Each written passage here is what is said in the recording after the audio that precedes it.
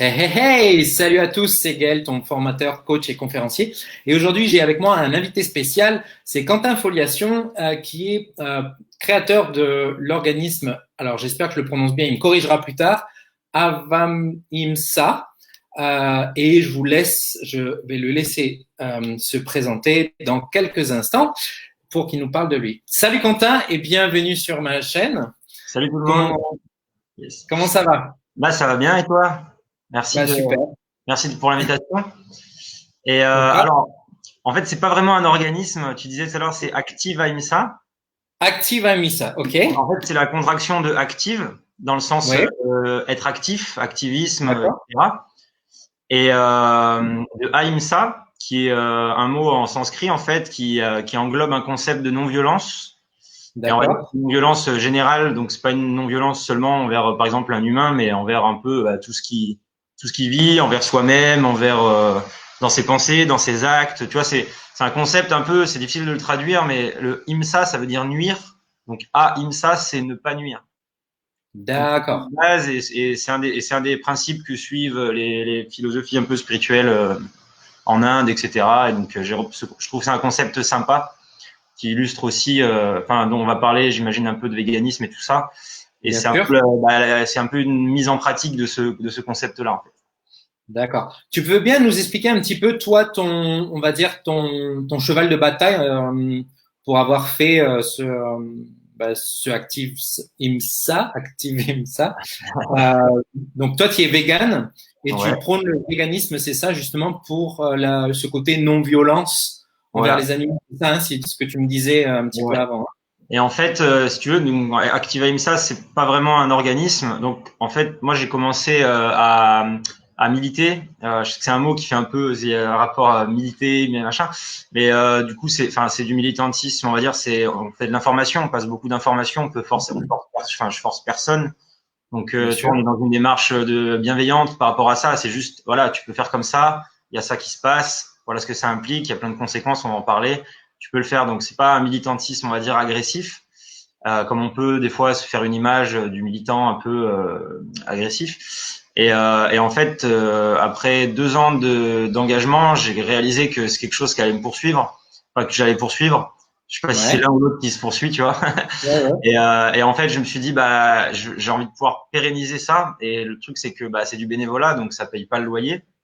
Et donc, Ouais. ça, en fait, c'était une plateforme pour un peu visibiliser ce que je fais, parce que j'y passe quand même beaucoup d'énergie, beaucoup de temps. Ça représente un temps de travail, c'est du travail en fait. Je trouve que c'est vraiment du Mhm. travail.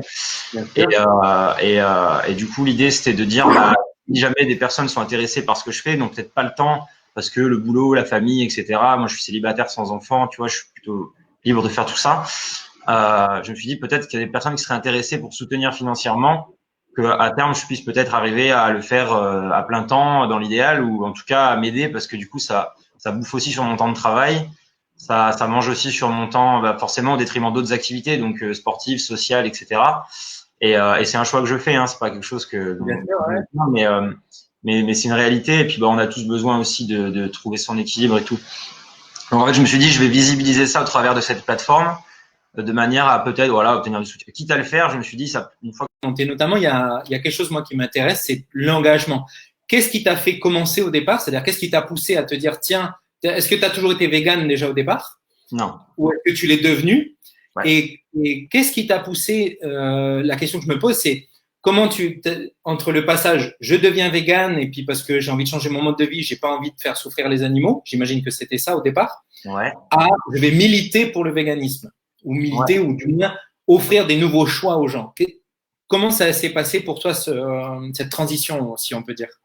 Bah en fait c'est en fait enfin les raisons qui me poussent à militer sont les mêmes qui m'ont poussé à moi changer mon mode de vie. Donc Ouais, en fait pourquoi je vais faire un peu le cheminement de ma transition. Moi ouais, enfin tu vois j'ai grandi dans une famille, donc culture, bah en fait toutes les cultures du monde quasiment consomment des produits animaux. Ça a été une nécessité par le passé, qui ça ne l'est plus aujourd'hui, depuis qu'on sait cultiver les bactéries pardon, qui produisent la vitamine B12, la seule qui manquait dans le règne végétal, sont les bactéries à la base qui la produisent. Donc c'est quelque chose d'assez récent. Donc si tu veux, moi j'hérite de cette éducation, de cette culture, etc. À un moment donné, j'ai réalisé que c'était pas une nécessité, plus une nécessité de manger des animaux, c'était pas une nécessité de me vêtir de leur peau, et qu'en fait, pour ce faire, il fallait les élever. Ça veut dire priver des êtres qui sont conscients, sensibles, qui sont doués d'émotions, de la capacité à la douleur, qui ont en fait tout être. On est nous-mêmes des animaux, en fait, on est des mammifères. Et en fait, aujourd'hui, la science leur reconnaît vraiment la capacité de conscience.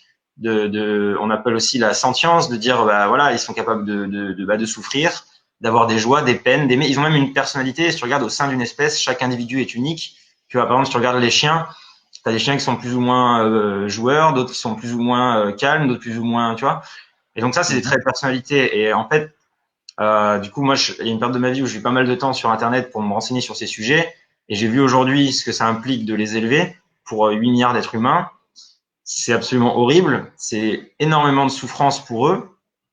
Et si tu veux, par effet d'empathie, moi je dis. Et en fait, à l'époque, on le sait tous que ça implique, tu vois, les abattoirs. Aujourd'hui, on a vu les vidéos, la pêche, etc. Ouais. Je me suis dit, à un moment donné, je me disais, c'est triste, mais il faut bien manger. Et en fait, l'élément clé qui m'a fait changer, c'est quand j'ai appris et quand j'ai compris qu'on n'en avait pas besoin, en fait, que c'était pas une nécessité vitale. Et à partir de là, je me dis, là, ça change tout, parce que du coup, cette chose qui me choque et que j'ai pas envie de faire subir à personne, en fait, c'est pas nécessaire. Donc, si tu veux, moi, je peux pas m'en plaindre moi si je participe. Et à un moment donné, tu vois, moi, j'ai besoin je pense qu'on a tous, et en fait, ça nous fait du bien à tous de se mettre en cohérence avec son propre ressenti. Tu sais, quand tu as le cœur qui te dit non et que tu y vas quand même, en général, ça se passe pas bien. Ou quand le cœur a envie d'y aller, quelque part, écoute-le peut-être, tu vois. Et en fait, tu te dis, bon, rationnellement, j'ai pas besoin, donc la transition s'est faite, etc. En plus de ça, ce qui m'a poussé à découvrir ça aussi, c'est qu'à l'époque, j'avais eu les infos sur l'impact environnemental, qui est massif. Aujourd'hui, il y a 70 milliards d'animaux d'élevage terrestre qu'on massacre chaque année, mais il faut les nourrir. On les voit nulle part. Ils sont dans des bâtiments, là, pour la plupart. Il faut les nourrir, donc il faut cultiver le grain qu'on va leur donner à manger, donc plus de pesticides, plus d'irrigation, plus donc déforestation. 80% de la déforestation dans le monde aujourd'hui, on défriche pour faire des nouveaux espaces, pour cultiver, pour nourrir ces animaux, etc. C'est massif. En fait, ça nous, au niveau gaz à effet de serre, si tu veux, donc en plus ça détruit tout l'environnement. Moi, j'avais plutôt une sensibilité écolo. Quand j'ai vu l'impact, j'ai dit bon, je peux pas non plus, pareil, je peux pas me plaindre, je peux pas revendiquer une écologie si à un moment donné, moi, je me mets pas dans mes pratiques en cohérence. Donc, il y a tout ça. Et ensuite, donc, la première étape, c'est déjà ça a été de faire ma transition, de me mettre en cohérence. Donc, au début, c'est une petite discipline, c'est vrai, il faut apprendre une nouvelle recette. Socialement, on va en parler, ça implique aussi de jongler un peu de temps en temps. Et mais le plus important, voilà, c'est déjà se mettre en carré face à soi-même, tu vois. Déjà, on en parlera par rapport au développement personnel, mais voilà. Et donc, en fait, si tu veux, une fois que ça s'est fait, continue si les autres, si tu vois le monde continuer à fonctionner comme avant, toi, ton impact, il est tout petit. Ok, toi, t'as ta paix intérieure parce que tu participes pas, mais en vrai, notre passivité, quelque part, elle nous rend complices. C'est-à-dire que si je vois quelqu'un qui agresse, qui tabasse son chien dans la rue, si je dis c'est pas moi qui le fais, je passe, je détourne le regard, je vais pas m'interposer. Tu vois ce que je veux dire? En fait, quelque part, j'ai une part de responsabilité moi de ne pas agir. C'est ce que je veux dire. Donc en fait, si tu veux, c'est logique. Tu peux démultiplier ton impact. Ouais, juste pour que je comprenne, ça serait un petit peu là, il y a quelque chose qui me vient parce que je sais que c'est un sujet aussi. Ça serait un peu comme si mon voisin il tabassait sa femme, puis je ferme les yeux, je fais rien parce que attends, c'est pas moi, c'est lui qui la tape. C'est ça. Je fais rien pour ça, quoi. Et comme si aussi, tu vois, un autre exemple qui, alors, c'est pas la même chose. C'est pas pour mettre sur le même pied les paramètres sont différents, pas les mêmes raisons pour lesquelles on l'a fait, etc. Mais l'esclavagisme. C'est comme si à l'époque, tu avais dit, moi, j'achète rien qui vienne d'une plantation où il y a eu des esclaves. Mais ça se passe à côté de moi tous les jours. Voilà. Bon, je veux pas tu vois, c'est des comparaisons. C'est pas grave, mais l'idée de la congruence, elle est là. C'est-à-dire que je l'accepte pas, mais je fais rien pour pas que ça se passe. Alors finalement, je suis un petit peu responsable puisque je ne fais rien pour pas que ça se passe, quoi. Ouais. Et puis à la limite, même si t'es pas responsable toi directement, disons que le fait de t'engager, si tu arrives parce que du coup, moi, pourquoi j'ai fait cette transition? Parce que j'ai eu des infos. Parce qu'il y a des gens qui, à un moment donné, sont allés, ont passé de l'info, ont écrit des livres, il y a des lectures qui m'ont inspiré, qui m'ont informé. Il y a des vidéos sur Internet. À un moment donné, il y a des gens qui l'ont fait ça. Il y a des gens qui ont posté. Il y a un mec qui a publié. Il y a un mec qui n'est pas resté dans le mutisme et il y a eu des pionniers aussi qui ont défrayé le chemin parce qu'il a fallu au début faire tester, voir si c'était viable, etc. Donc, si tu veux, il y a des gens qui ont contribué à ce qu'aujourd'hui ça se fasse. Et du coup, je me dis moi, je peux contribuer aussi parce qu'en fait, chaque personne à qui je vais passer une info, lui après, il est responsable de ce qu'il va faire. Tu veux, tu peux pas forcer les gens. Chacun est responsable de ses actes. Mais du coup, le fait d'avoir informé quelqu'un, si lui, il fait un changement, quelque part, tu as contribué. Et du coup, ça va se passer un peu moins. Et puis, bon, moi, après, ça me choque beaucoup trop, tu vois, ce qui se passe là-bas quand on a pris conscience. Et quand parce que, en fait, c'est le mécanisme c'est quelque chose de très désagréable. Et du coup, le cerveau a tendance à le refouler, à l'oublier. Bon, compliqué. Mais en fait, quand tu commences à militer, à en parler, etc., c'est quelque chose qui reste aussi. Et donc, ça te maintient dans un état de dire, voilà, c'est bon, on va faire en sorte que ça, à terme, ça n'arrive plus, quoi. D'accord. En fait, l'engagement, voilà, il découle. C'est la même logique qui te pousse à faire la transition. C'est la même logique qui te pousse à démultiplier ton impact, on va dire, sur les autres, en essayant de créer un changement collectif, quoi. C'est intéressant parce que tu as eu un peu l'approche, du coup, si je peux me permettre de partager moi aussi, la même approche que moi j'ai eu en fait avec les employés, de voir comment les gens étaient traités dans les entreprises et tout ça, qui m'a poussé en fait à vouloir passer un message différent et à apporter du choix finalement, parce que c'est ça que tu fais. C'est-à-dire que tu apportes du choix aux gens, leur dire, manger des animaux, il y a d'autres solutions, voilà les solutions possibles, voilà ce qui se passe quand vous mangez des animaux. Après, c'est vous qui faites ce choix-là. Mais peut-être, comme tu l'as dit, les gens n'étaient pas bien informés avant et ils avaient que ce choix-là. On a tous grandi voilà, dans une culture où on mangeait des animaux par nécessité, peut-être. D'ailleurs, ça, c'est à vérifier. Parce que moi, je me rappelle, enfant, on ne mangeait pas de viande, par exemple, tous les jours. Alors que maintenant, oui, un petit peu. Mais ce que je veux dire, c'est que c'était plus un repas, on va dire, presque de fête. Alors que maintenant, je vois de la viande à tous les repas, les gamins des hamburgers, des machins. Il y a une surconsommation et ça nous rend malade parce qu'en fait ça rend malade la société à l'échelle collective, individuelle. Manger trop de viande, c'est vraiment nocif et le 100% végétal est possible et il est sain sur le plan de la santé et tu as même des statistiques assez intéressantes. Si tu manges sainement, si tu manges que des frites et du coca, des trucs comme ça va pas bien se passer.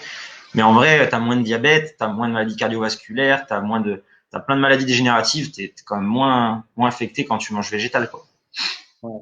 De toute façon, moi, de mon côté, j'avais fait des recherches, j'avais lu que de toute façon, hormis le goût, c'est-à-dire qu'il y a un facteur malgré tout que moi, j'ai pas retrouvé en étant vegan, c'est le côté culinaire qui est parfois, même si on mange des choses très bonnes, et alors ici encore plus en Australie, parce que tu as énormément d'endroits qui proposent du tout vegan, qui proposent des plats cuisinés. Notamment, tu as beaucoup, les Indiens, par exemple, ils sont énormément vegan, donc c'est extraordinaire. Mais ça remplace. Moi, personnellement, j'ai grandi, par exemple, avec du bœuf bourguignon. Et ça, c'est difficile. Non, mais. Là, je comprends. Après, tu as de plus en plus de substituts qui arrivent, donc des choses qui reproduisent le goût, la texture. Donc, pour ceux qui ont vraiment, pour qui c'est quelque chose de puissant, ce besoin du goût, enfin, cette envie un peu.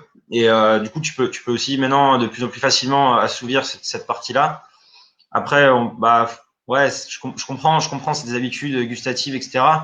Maintenant, est-ce que c'est plus important que l'oppression qu'on fait sur un être, tu vois? C'est la question à se poser.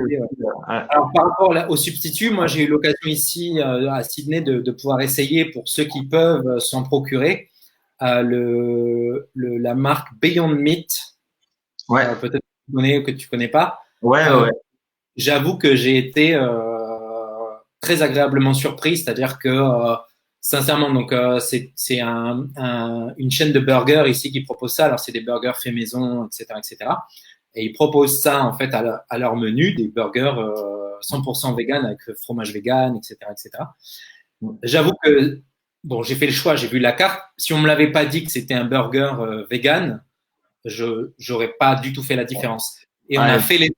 J'ai un pote qui est venu, je lui en ai acheté, il a mangé. Et je lui dis alors, c'était bon. Il me dit, ah ouais, putain, c'était trop bon. Et il n'a pas fait la différence, en fait, Ouais, quand je lui ai dit, mais c'était vegan, quoi. Il me dit, ah ouais. ouais, non, mais la viande, elle était juteuse. Je lui ai dit, bah, il n'y avait pas de viande. Donc, c'est intéressant, c'est Ouais, c'est intéressant ces nouvelles approches aussi, quoi. en plus, Et toi, qu'est-ce qui te fait, donc tu disais, j'entendais, donc tu as fait la transition pour ce côté empathique par rapport aux animaux, et puis tu as du mal à laisser faire finalement, et c'est pour ça que tu es devenu militant. Qu'est-ce qui te fait continuer, malgré le fait que finalement, aujourd'hui, tu es en train de travailler pour pouvoir en vivre, mais aujourd'hui, tu n'en vis pas, c'est-à-dire que tu passes beaucoup de temps personnel, et tu me disais un petit peu avant cette vidéo que, et c'est d'ailleurs pour ça que je t'ai demandé de faire cette vidéo, tu avais répondu à un commentaire, je passerais peut-être plus de temps à faire d'autres choses si ça s'était réglé. Qu'est-ce qui fait aujourd'hui que tu as envie de continuer à rester engagé là-dessus, sachant que tu gagnes pas d'argent, tu as du mal à en vivre et finalement ta vie sociale, elle est un peu mise, alors peut-être pas entre parenthèses, mais un petit peu en suspens parce que ça te prend quand même beaucoup de ton temps. Bah, en fait, c'est en fait, je le fais pas pour. Enfin, on le fait toujours un peu pour soi quelque part, mais je le fais aussi, surtout pour les animaux. Ouais, Donc en fait, je sais pas comment l'expliquer, mais enfin, en fait, peut-être aussi, tu vois, j'y trouve du sens. C'est un peu aussi peut-être spirituel dans un sens, pas dans le sens religieux du tout du terme, mais dans le sens, je suis là sur cette terre. C'est une ouais, expérience éphémère, un peu mystérieuse. On sait pas trop ce qu'on fout là, etc.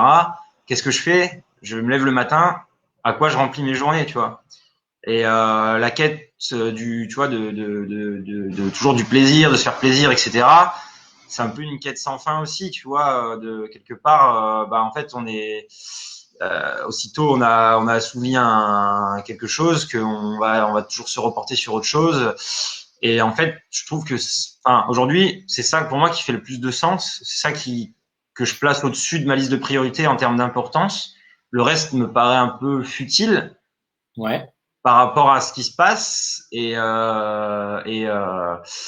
tu vois c'est un peu la version en fait me suis pas mal mis dans le du coup on en reparlera aussi tout à l'heure parce que tu vas parler du rejet tout ça je me sens pas ouais, rejeté mais enfin je peux comprendre ce que tu entends par là ouais, mais tu vois le stoïcisme où en fait tu vas avoir tout ce qui dépend de toi et tout ce qui ouais, dépend pas de toi et tout ce qui dépend pas de toi en fait c'est pas censé t'affecter émotionnellement c'est pas censé te toucher te faire du mal ou quoi parce que en fait ça ne dépend pas de toi donc ça sert à rien de se prendre la tête avec ça mais il y a tout ce qui dépend de toi et donc ça dépend de moi en fait de m'engager pour mettre fin à ça et ben ça fait partie des choses qui dépendent de moi et donc en fait si tu veux être en paix quand il y a une pratique qui te dérange à un moment donné, soit tu fais tout ce que tu peux faire et tu es en paix parce que quelque part, tu as fait au mieux. Donc en ouais, fait, tu trouves ton compte. ouais. Et soit tu le fais pas, mais dans ce cas-là, en fait, faut pas vraiment te plaindre de ça en fait. Donc et puis en fait, tu trouves et puis après du coup, tu vois, donc au détriment d'autres choses, mais quand je te disais, je fais pas ça. Enfin, tu vois, t'es obligé de trouver ton équilibre. Donc en fait, tu peux pas être 100% non plus là-dessus tout le temps 100%. T'as besoin à un moment donné de dire oh, putain aujourd'hui, tu sais, c'est ça, tu vois ce que je veux dire? Ouais, bon, je vais voir Ouais. des fois, je vais jouer un peu de Tu, guitare. tu Mais c'est vrai déconnectes. que toi, dans un monde utopique où tout serait beau, tout serait parfait, bah forcément, on n'aurait pas à se poser ces questions, en fait. D'accord. Pour toi, en fait, c'est un peu, et moi, enfin, ça résonne pas mal en moi parce que c'est une sorte de mission finalement tu donnes du sens finalement à ta vie sur Terre, une sorte de, et j'aime bien comment tu le décris, cette spiritualité de se dire, tiens, je suis ici et qu'est-ce que je fais de cette vie finalement? Bon, ben, moi, j'ai envie de défendre les animaux, mais j'entends, tu me dis si je me trompe, quand j'entends animaux, finalement, c'est les êtres vivants finalement. C'est pas seulement Ouais. les animaux, c'est un peu tous les êtres vivants. C'est Ouais. ça? Mais en fait, Ouais, je trouve ouais. Et puis en fait, tu vois, avec ce truc-là, en fait, je trouve que, enfin, en termes de priorité, parce qu'en fait, il y a énormément de causes à défendre, énormément de trucs que je vois, je fais putain, mais c'est n'importe quoi, tu vois. Il faut là, faut que quelqu'un fasse quelque chose, tu vois. Mais en fait, tu peux pas tout faire. Donc en fait, faut que à un moment donné, tu as besoin de choisir.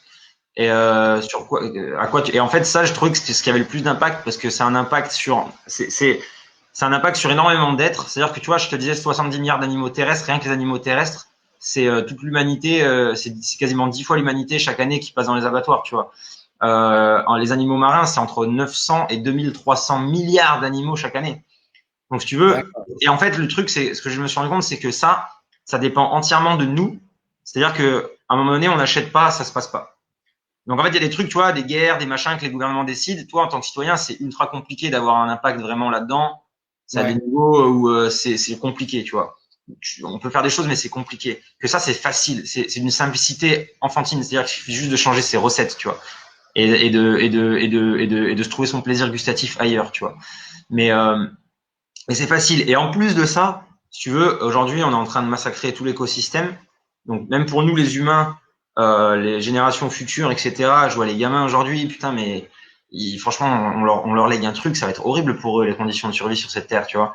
Et en plus de ça, c'est l'action individuelle avec peut-être faire moins d'enfants ou pas faire d'enfants qui a le plus d'impact. C'est-à-dire que parmi les top priorités à faire, si tu veux préserver l'environnement pour les générations futures, c'est ça. Et en plus de ça, tu règles un gros panel de soucis de santé, etc. L'antibiorésistance qui est créée dans les trucs. En fait, si tu mets bout à bout, c'est hallucinant en termes d'impact et de nombre de raisons positives à le faire. C'est massif. Et du coup, tu te dis à un moment donné, bon, bah, ok, priorité à ça, parce qu'en fait, ça demande zéro investissement, ça demande zéro délai de mise en attente. C'est-à-dire que c'est demain, tout de suite là, tu te renseignes, tu fais le choix de le faire, tu fais le choix de convaincre.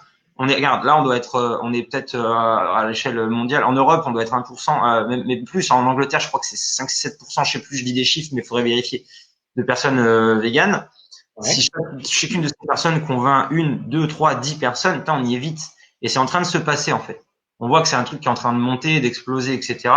Donc, c'est maintenant, tu vois, ça vaut le coup de pousser. Donc, en plus, c'est motivant. Donc, en fait, c'est ça, tu poses l'action, pourquoi tu restes actif? Parce que tu sens que ça bouge. Moi, je sens que l'influence que j'ai autour de moi, elle n'est pas toujours quantifiable, mais à un moment donné, là, avec 4 ans de recul, tu regardes en arrière, là où on en était, tu te dis ouais, ça a bougé, tu vois. Et c'est pas que toi individuellement, c'est-à-dire que c'est tout un ensemble d'activistes. C'est les mecs qui vont sortir les vidéos, que toi du coup ça te permet de les relayer. C'est les mecs qui vont faire ci, cela, machin truc. Et en fait, ça fait effet boule de neige parce qu'à chaque nouvelle personne convaincue, tu as de bonnes chances que peut-être cette personne elle devienne active à son tour. Et même si elle n'est pas active dans sa vie sociale, dans son entourage, elle va bousculer la norme parce qu'elle va dire non, je suis invité, mais non, je refuse.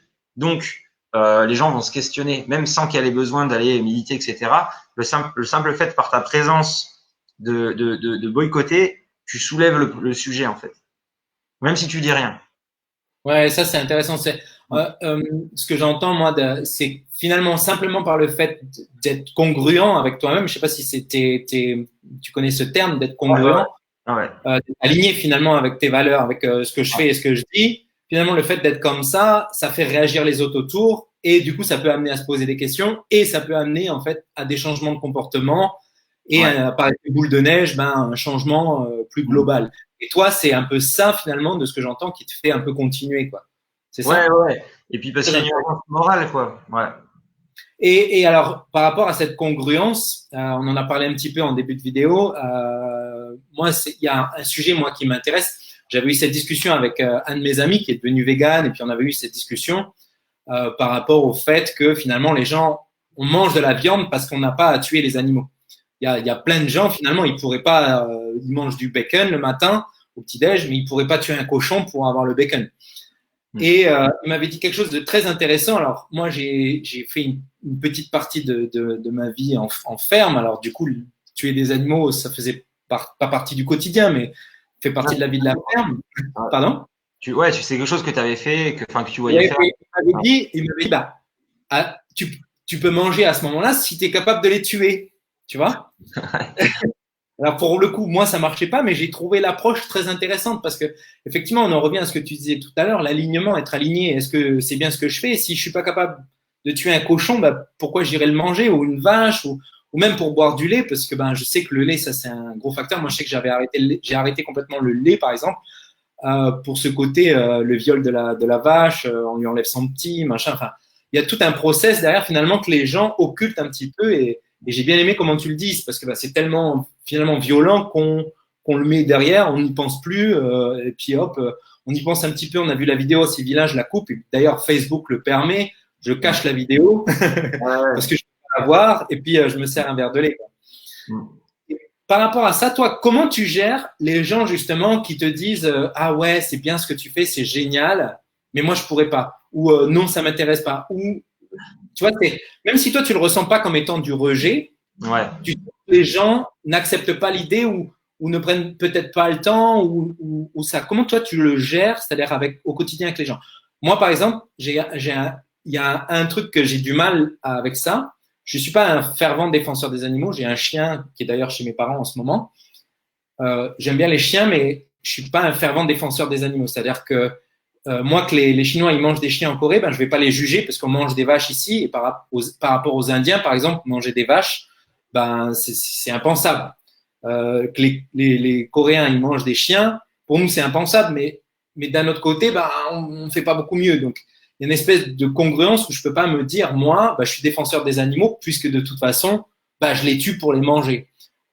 Comment toi tu gères justement tous ces incongruences, ces gens qui acceptent pas, qui peuvent pas, qui tout ça?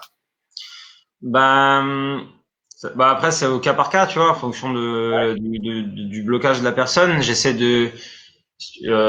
fait, en fait, du coup, ça te force à travailler et prendre du recul.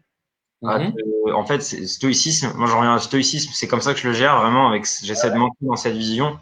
C'est-à-dire que le gars, à un moment donné, il a un stade, il bloque. C'est-à-dire que le gars, il est d'accord. Il est d'accord avec tout. Il est d'accord avec l'idée du véganisme, il est d'accord, etc. Mais à un moment, ça bloque, tu vois. Bah, du coup, j'essaie de comprendre où ça bloque. J'essaie de voir comment je peux essayer, avec différents leviers, peut-être de débloquer, tu vois. Enfin, de faire en sorte que lui, il évolue vers ça. Parce que moi, c'est mon objectif, c'est qu'il évolue vers ça. Et c'est pas pour feinter la personne, pour feinter la personne. C'est-à-dire que, en plus, ça va être bénéfique pour lui. Mais c'est sûr que j'essaie de le voir pragmatique. Après, c'est un peu frustrant parce que des fois, t'as rien à faire. Des fois, t'as rien à faire. Des fois, bah voilà, ça bloque, ça bloque. Le mec, il peut pas, il fait pas. Tu vas pas être derrière lui chaque jour pour le guider, le machin. Mais ce que je veux dire, c'est qu'à un moment donné, bah, tu fais ce que tu peux. Et il y a un truc que j'essaie de faire, c'est de concentrer mon énergie sur les personnes ouvertes et de Ouais. pas perdre mon énergie et mon temps, parce qu'il y a énormément de personnes ouvertes, énormément de personnes qui sont pas très informées, qui peut-être se font des idées fausses ou quoi, etc. Peu de gens savent à quel point les animaux sont mutilés littéralement ne serait-ce que pour coexister ensemble dans les conditions concentrationnelles dans lesquelles on les met. On leur coupe les. Terrible. Faut aller voir le documentaire Dominion sur YouTube. Dominion, ils expliquent très bien. Voilà, c'est factuel. Faut aller voir. À un moment donné, il faut s'y confronter. Mais ce que je dis pour rester sur le sujet, c'est ouais, c'est stoïcisme et concentre ton énergie là où ça va être le plus efficace. Et tout ce que tu peux pas changer, parce que tu peux pas à toi tout seul résoudre tous les problèmes du monde, ne te fais pas trop de mal avec ça, quoi. D'accord. Donc, ouais, ouais, je trouve que ça résonne bien avec ça, c'est-à-dire que vraiment de vouloir accompagner finalement les gens qui sont prêts à être accompagnés, à être ouverts d'esprit, à vouloir écouter, vouloir être ouverts. Là, tu disais que tu ressentais pas le rejet. Malgré tout, il y a quand même une espèce de petite frustration finalement quand les gens veulent pas. Et tu gardes quand même ce stoïcisme où te dire bon, bah là j'ai fait ma part. Le gars bah, ou la personne elle veut pas bouger, elle veut pas changer. Bon, moi Je passe à la passe, suivante. Ouais. je passe à la suivante et ainsi de suite quoi. C'est ça? En fait, si tu veux, pour moi, le gars, il rejette l'idée de faire, il rejette la pratique pour Ouais. lui. Mais moi, je le vis pas comme un rejet de ma personne à aucun moment. Et si le gars, il m'en veut à moi pour ça, qu'est-ce que tu veux que j'y fasse? Et si tu veux, il y a énormément de, à un moment donné, ça fait le tri limite, tu vois. Si le Ouais. gars, à un moment donné, c'est trop douloureux pour lui, du coup, toi, t'es le messager, si tu veux. Donc, il agresse le messager parce que le message est pas comme il voudrait. Après, j'avoue que tu vois, le gars, pour lui, c'est confortable d'être dans l'ignorance. Il y a des gens, l'ignorance est confortable, on dit. Donc, en fait, quand tu arrives, tu donnes une info qui, du coup, résonne chez la personne et que, du coup, lui, ça implique qu'il va devoir changer, mais c'est quelque chose qui est dur pour lui. Donc, en fait, il le vit mal et c'est la fameuse dissonance cognitive. C'est Mince, ça. j'ai une info, fait chier. Genre, peut-être, tu vois, je l'avais pas. Maintenant que je l'ai, je peux plus faire comme si je le savais pas. Ça peut être douloureux pour certaines personnes. Et oui, ça peut générer un rejet. Maintenant, je me dis, tant pis. Et en fait, c'est pas. On en parlait tout à l'heure. Hein, si on reste dans notre mutisme, à un moment donné, c'est statu quo. On n'évolue pas. Et à un moment donné, on peut pas faire d'omelette sans casser des œufs, comme on dit. Quoi qu'on peut faire des omelettes véganes, il y a des techniques. Mais du coup, il y a un moment donné, bon bah voilà, tu soulèves un sujet violent, tu soulèves un sujet qui dérange. C'est inévitable qu'à un moment donné, il va y avoir des tensions avec certaines personnes qui sont pas prêtes à le recevoir. Tu veux pas savoir trop à l'avance. Il y a des contextes dans lesquels des fois c'est même pas trop efficace d'insister. Il vaut peut-être mieux. Après c'est du cas par cas, ouais. Mais après moi en tant que personne, je me sens pas rejeté en tant que personne. De toute façon, même si je suis rejeté en tant que personne par certaines personnes, moi l'important c'est que je me rejette pas moi-même. C'est-à-dire qu'à un moment donné, c'est plus important pour moi d'être en cohérence avec mes valeurs, de pouvoir me regarder dans la glace, de pouvoir. La seule personne avec qui tu vas passer toute ta vie, tu vas être sûr, c'est toi-même. Donc à un moment donné, tu as intérêt plutôt à privilégier la paix avec toi-même plutôt que de te conformer, te travestir tes idées, tes trucs et tes machins pour te mettre en conformisme ou en cohérence par rapport à une norme, par rapport à des gens. En fait, c'est qu'à un moment donné, quand tu veux plaire aux autres et que tu te transformes toi-même pas par rapport à ce que tu es vraiment ou ce que tu penses vraiment, tu vois, à un moment donné, ça c'est pas bon, tu vois, c'est pas bon. Donc tant pis. Tant pis si des fois il y a du rejet, mais globalement, les amis que j'avais d'avant, c'est toujours des très bons amis. La famille, il n'y a pas de souci. Peut-être qu'il y a des personnes, il peut avoir des contextes un peu familiaux difficiles. Ça peut être plus dur pour eux. J'ai de la chance, j'ai beaucoup de chance d'avoir une famille super. Mais à un moment donné, ouais, c'est pas facile pour tout le monde, mais selon le contexte. Mais globalement, franchement, je trouve ça va. Franchement, si tu restes bienveillant, que tu restes toi-même, que tu restes poli, tu vois ce que je veux dire. Il y a Ouais. plein de gens. Et puis après, ton cercle social évolue. De toute façon, au fil de ta vie, tes amis d'il y a 10 ans, c'est pas forcément les mêmes, etc. Tu t'entoures différemment. C'est-à-dire que si les gens te rejettent, mais tu trouveras toujours des gens qui t'acceptent, tu trouveras toujours des gens qui sont en phase avec tes valeurs, et ben à la limite, tu vas encore mieux te sentir parce que tu seras en phase avec tes valeurs et tu vas connecter avec des gens qui partagent tes valeurs. Donc, si jamais tu as un souci de relationnel par rapport à ça et au niveau social, bah, c'est pas grave. Bouge, change de cercle social. C'est pas dramatique. Ça fait toujours un peu mal quand on crée des liens de devoir les briser. Mais tu vois, c'est pas, voilà un peu comment mes pensées là-dessus. On peut dire ça. Alors, je vais juste résumer parce que j'ai noté quelques, comme on dit en anglais, gold nuggets dans ce que tu as dit et que je trouve absolument fabuleuse.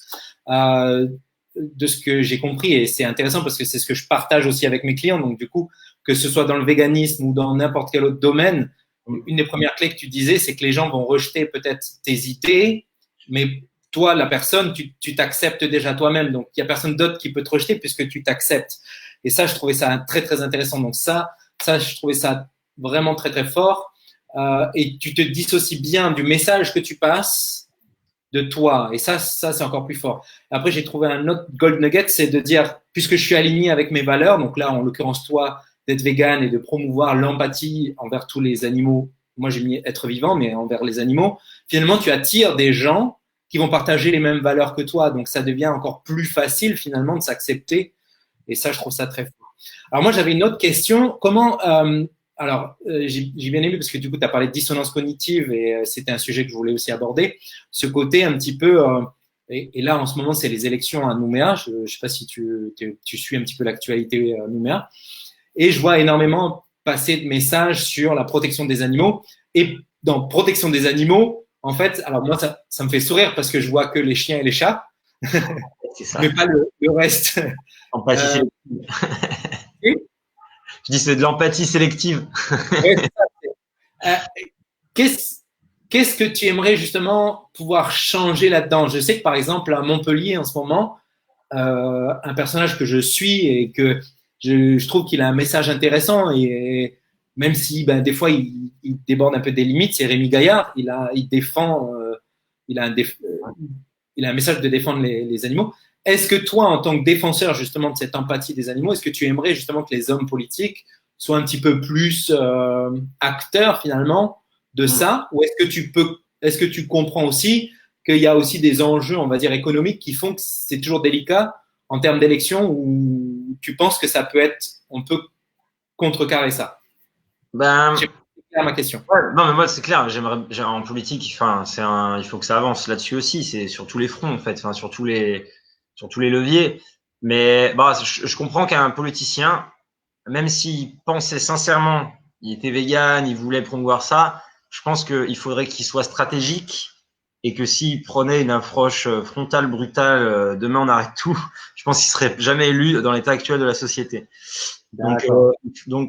il faut, enfin, voilà. Mais donc, je comprends que le gars, il peut pas revendiquer ça dans une campagne. Je le comprends.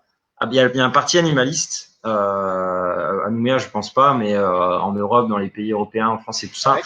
Et eux, leur objectif, ils savent qu'ils vont pas avoir gagné, être président, les élections, tout ça. Par contre, eux, ils veulent obtenir des sièges. Donc, c'est intéressant de voter pour eux parce que ils veulent avoir des places pour pouvoir poser le débat dans la sphère politique. Et déjà, quand le débat est posé, déjà, ça oblige les autres partis à se positionner là-dessus. Et aujourd'hui, la maltraitance, donc c'est très décrié. C'est-à-dire qu'en fait, c'est là qu'on voit un peu la schizophrénie de notre société, c'est que tout le monde est contre faire du mal aux animaux, mais tout le monde paye pour des trucs qu'on n'a pas besoin et qui leur font du mal. Donc là, il y a un moment donné, on n'est pas du tout cohérent en termes de collectif, en termes de civilisation, même, tu vois. Donc du coup, c'est tout le paradoxe humain. Et du coup, mais par contre, dans l'idée, un politicien qui dirait j'en ai rien à foutre des animaux, nanana, pas de problème, il se ferait mal voir. Donc poser le débat dans la sphère politique de cette manière-là, c'est cool. Et qu'il y ait des gens, et surtout dans les municipalités, tout ça, parce qu'il y a plein de choses que les municipalités peuvent décider. Par exemple, les cirques avec animaux, tout ça, ben il y a ça c'est des choses. Par exemple, une ville peut dire, bah non, vous avez des animaux dans votre cirque, vous aurez pas les autorisations pour venir poser votre truc dans notre ville ou des trucs comme ça, tu vois. Je suis pas renseigné exactement sur exactement quelles compétences appartiennent à qui, mais au niveau local, on a quand même des choses à faire. Au-delà tout n'est pas décidé au niveau national, quoi. Et du coup, ouais, voilà, non, c'est sûr, ouais, en politique, ce serait bien que ça avance. Ouais. Ben surtout là, moi je lisais un article il y a pas longtemps là, par exemple, que maintenant tout ce qui est zoo notamment et cirque, ils peuvent utiliser ce qui est hologramme puisque maintenant c'est une technologie qui est maîtrisée. Et j'ai pu voir quelques vidéos de ci de là où on voit des cirques notamment par hologramme. C'est assez impressionnant hein, puisque ça permet d'avoir des animaux sur scène finalement, mais qui sont pas là en vrai, enfin, Ouais, qui sont pas des animaux, quoi. qui sont pas des animaux. Des images, ouais. Mais en plus, il y a un milliard de manières de se divertir, quoi. Pourquoi choisir celle-là alors que, du coup, c'est des animaux qui vont être dans des cages, qui sont même pas originaires de ce climat-là, qui sont enfermés tout le temps, ils sont dressés. Le dressage, à la base, on brise la volonté d'un animal. L'animal, il a pas envie de faire des pirouettes, genre il a pas choisi ce job, quoi. À la base, sa biologie, son truc, lui, et en fait, on le brise pour qu'il obéisse à un moment donné. C'est ça que ça veut dire. C'est terrible. Alors, du coup, par rapport à ça, par rapport à, moi, je suis toujours dans la dissonance, hein, la dissonance cognitive et la congruence. Par rapport à ça, j'ai vu passer quelques vidéos sur des pages véganes, par exemple, où je voyais notamment un cheval. Alors, je crois que c'est à Montpellier ou je sais plus dans quelle région de France, où on Ouais. fait balader un cheval dans un hôpital qui va soigner les animaux.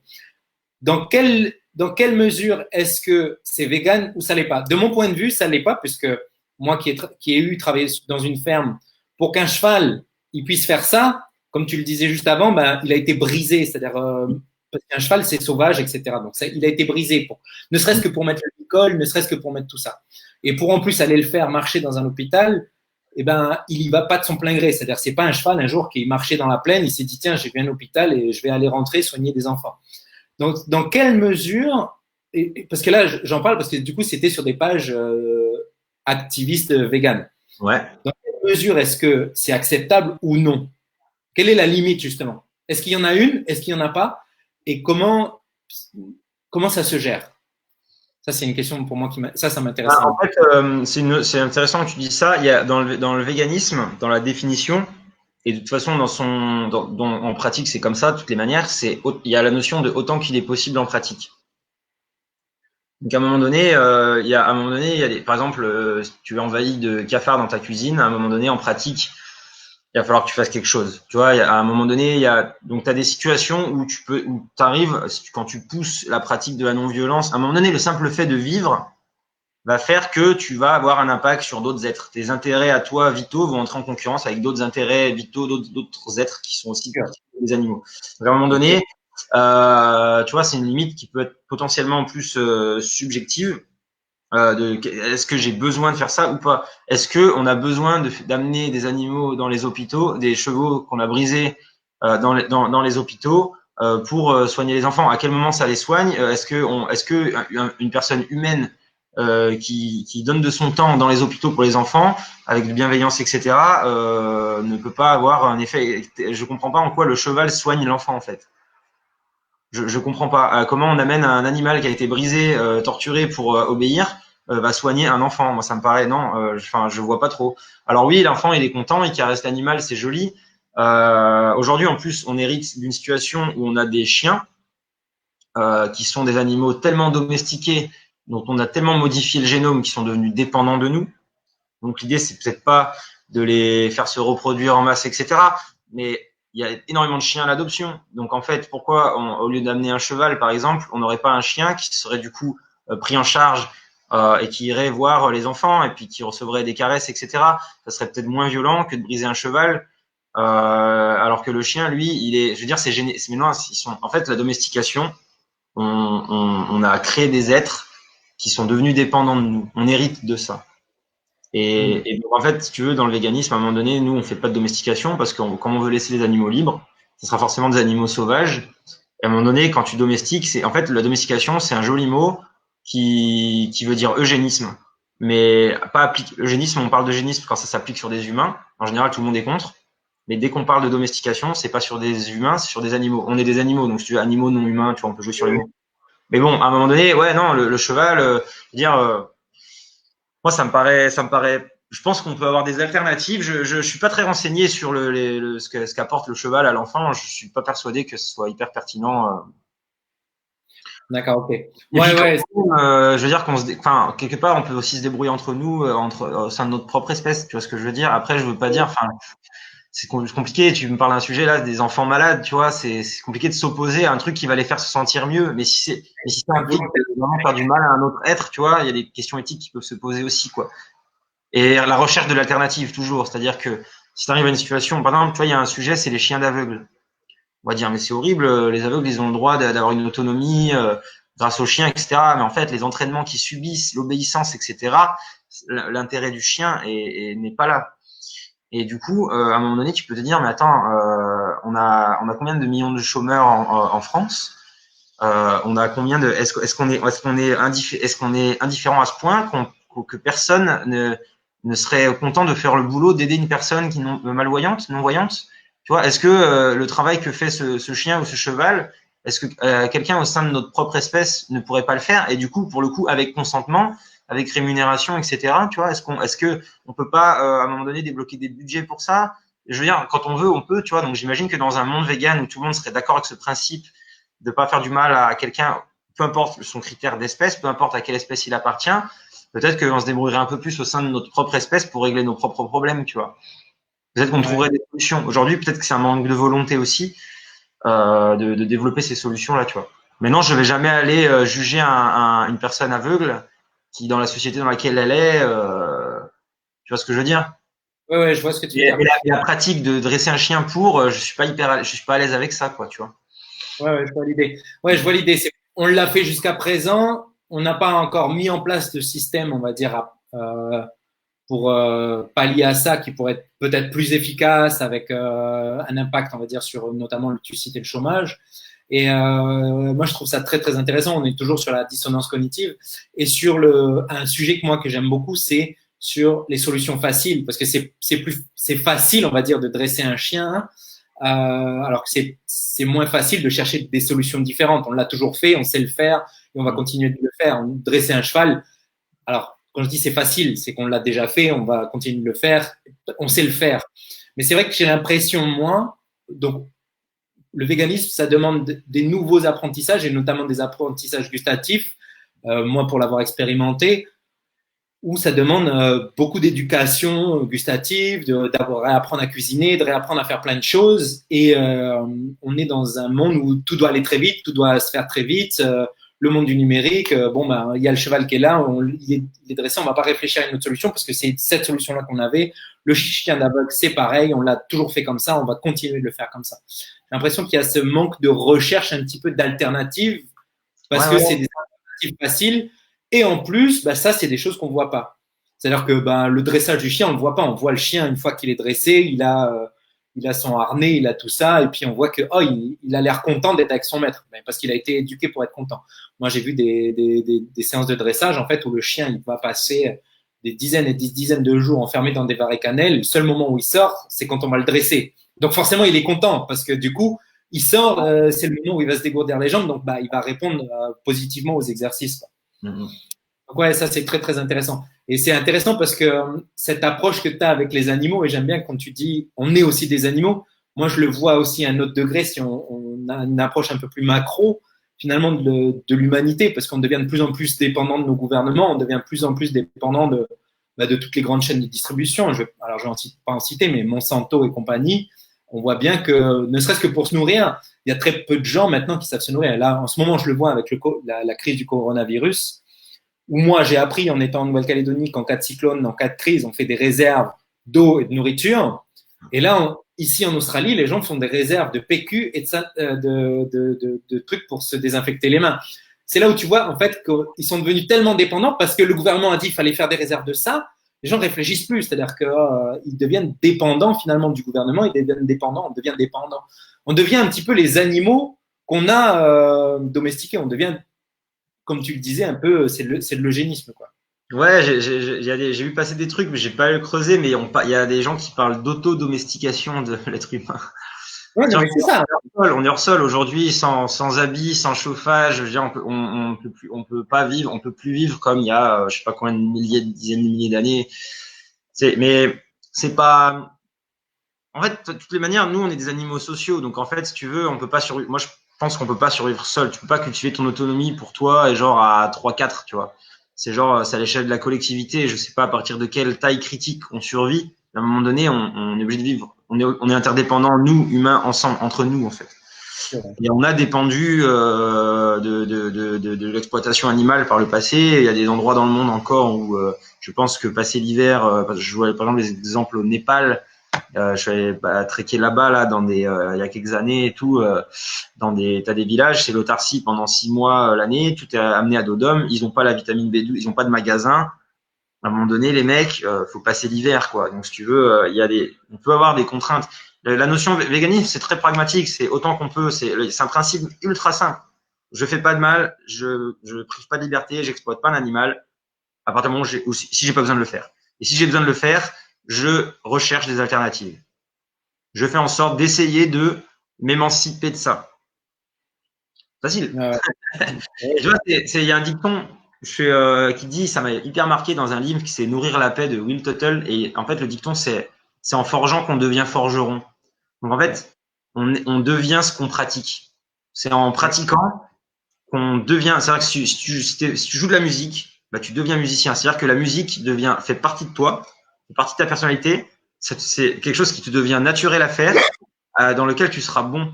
Si tu pratiques, je sais pas moi, un art martial, tu vas devenir bon dans ça, ça va influencer sur toi, et ça va être une pratique qui va devenir ça sera naturel. Si on pratique la violence, on va devenir violent, et la violence fera partie de nous, de notre monde, et c'est quelque chose qui va nous être naturel. Si on pratique à l'inverse la non-violence, donc bienveillance, compassion, ce que tu veux, tu mets les mots, mais si tu pratiques cette idée là, plus on va le faire, plus ça va s'ancrer en nous, plus ça va faire partie de notre personnalité, et plus en fait c'est quelque chose qui va nous devenir naturel. Et t'imagines à l'échelle collective, si on développe un naturel non violent, genre c'est facile, c'est-à-dire qu'on n'a même plus à y penser. Je prends la guitare, je joue de la guitare depuis 15 ans, j'ai même pas à y réfléchir, je fais une gamme. Ok, au début, on demande un effort. Mais une fois que je connais, et ben en fait, c'est pareil pour tout, en fait. Et t'imagines collectivement, là, le monde qu'on peut créer si on cultive ça, mais ça veut dire qu'il faut le pratiquer. Alors, justement, en parlant de pratique, quel conseil ou quel conseil tu aurais par exemple à me donner à moi et du coup à l'audience pour quelqu'un qui voudrait faire la transition, mais on va dire le plus facilement possible. C'est-à-dire que toi, tu l'as faite. Quels sont les pièges à éviter? Quels sont les pièges à ne pas éviter? Et comment se rééduquer un petit peu le palais? Parce que finalement, moi, par exemple, mon plus gros frein, c'était le côté culinaire. C'est-à-dire de manger des choses auxquelles j'étais habitué et de me réhabituer à des nouvelles choses. Donc, quelles seraient pour toi les étapes, un petit peu les étapes clés pour faire cette transition? Il y a une méthode qu'il explique, c'est un docteur, c'est Neil Barnard, il fait pas mal là-dessus, et lui il dit, et je trouve que c'est intéressant, c'est en fait tu vas lister tous les ingrédients, tout ce que t'aimes, tous les plats végétaux que t'aimes, et comme ça tu vas penser plus souvent à les faire.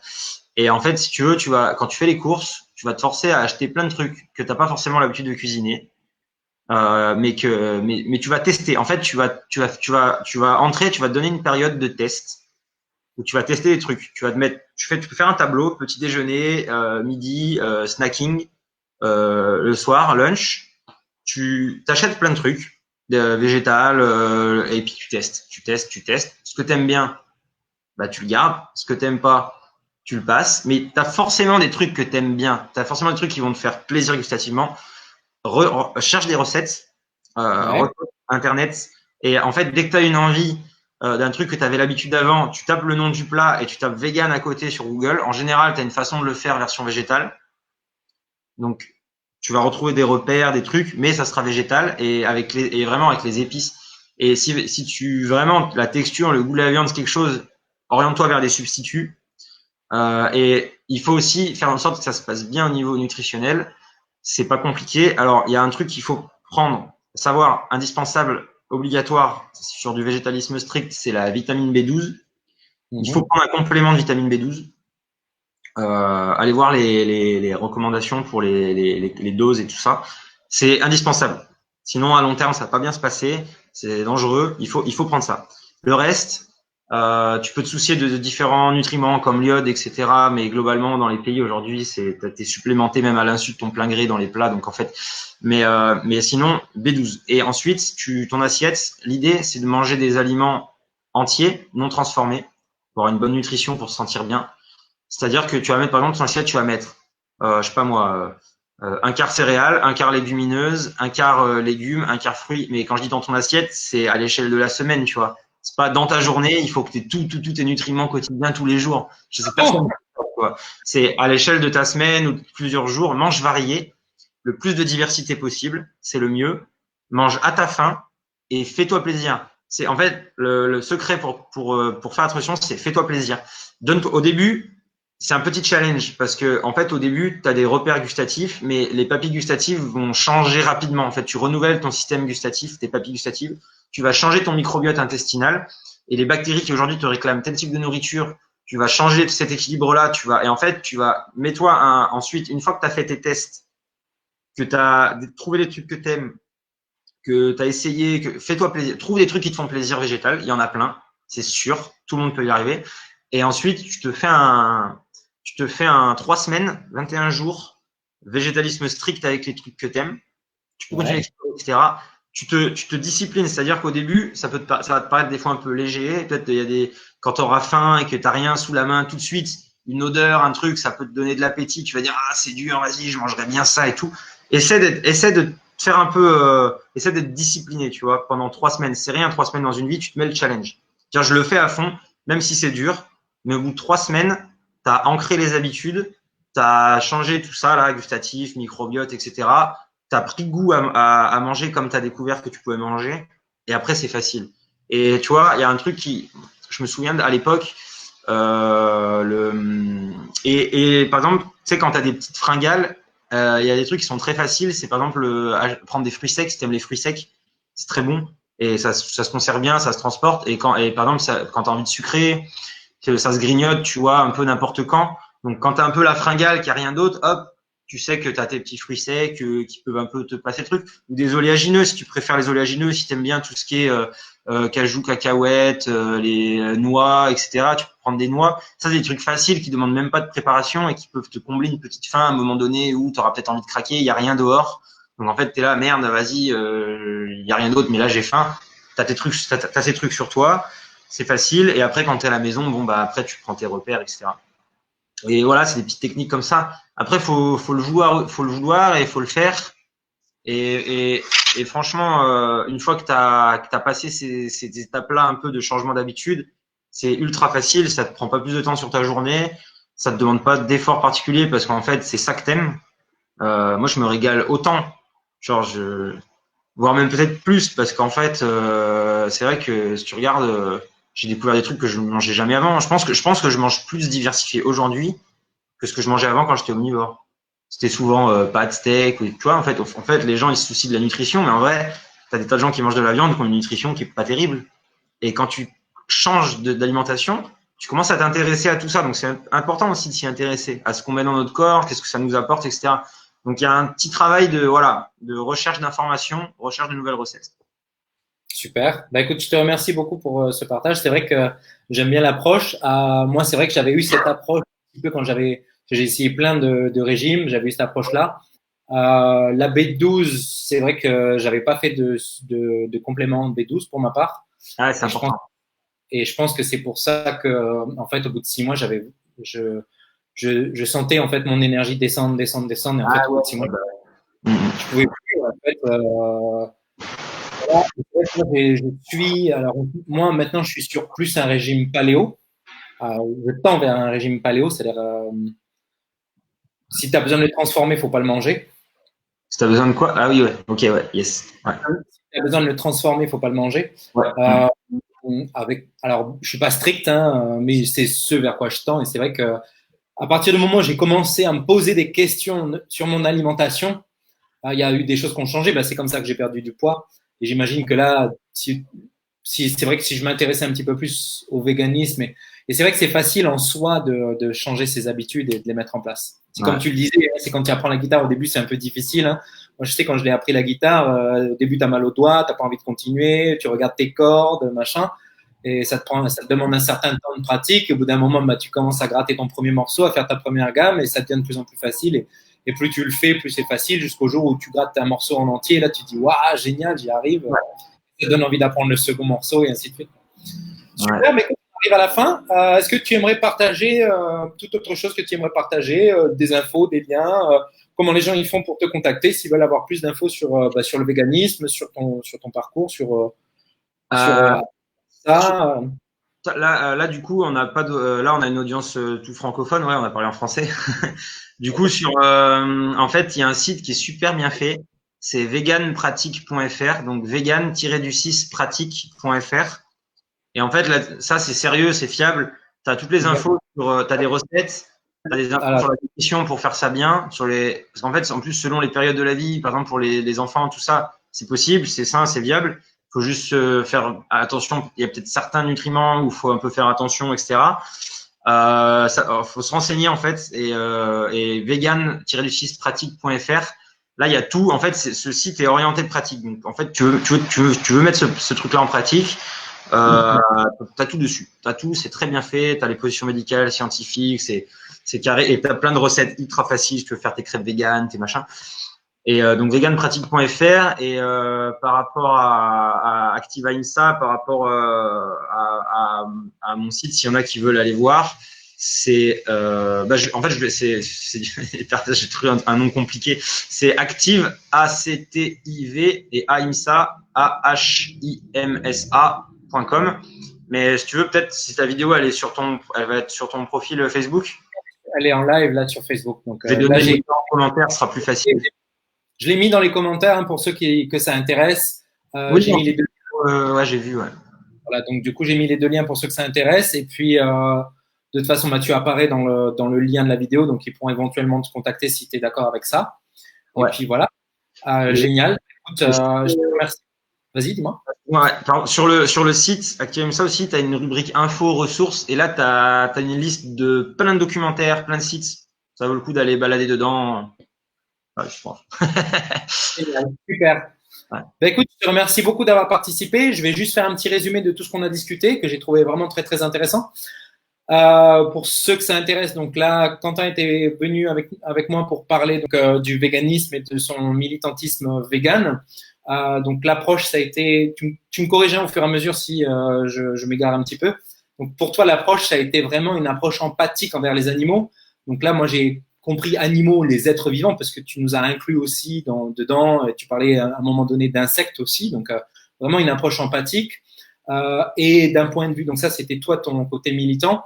Et moi, de mon côté, moi, ce que j'ai adoré par rapport au développement personnel, parce que c'est aussi un peu le sujet de t'avoir fait venir, c'était comment qu'est-ce qui te faisait maintenir donc cette mission finalement que tu t'étais fixée, cette mission de vie? C'est parce que finalement tu t'es engagé dans cette mission, tu t'es donné un sens à ta vie finalement ici, et parce que tu le fais pour quelque chose de plus grand que toi. C'est-à-dire qu'il y a un côté un petit peu spirituel, j'ai noté pendant notre échange, où il y a vraiment un côté je vais aider plus que moi-même, quoi. C'est-à-dire que je me donne à une cause plus grande que moi.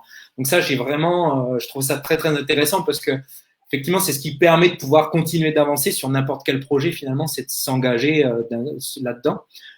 J'ai adoré aussi moi personnellement comment tu expliquais, comment tu gérais finalement le rejet. Même si tu dis, bah, moi, je me sens pas rejeté parce que c'est pas moi qui rejette, ça va être peut-être l'idée, ça va être peut-être qu'ils sont pas prêts, ça va être peut-être leur propre dissonance cognitive, mais ce n'est pas moi parce que moi, je m'accepte. Et alors ça, j'ai trouvé ça très, très, très fort d'un point de vue développement personnel, au-delà du véganisme, au-delà de tout ça, d'être capable de se regarder dans le miroir, de dire, bah, moi, je suis en accord avec mes valeurs, je m'accepte, et donc, bah, personne ne peut me rejeter. Si vous avez quelque chose à apprendre, franchement, s'il y a une chose que vous avez appris en plus du véganisme, ce serait ça. Je pense qu'on a gagné pour ça.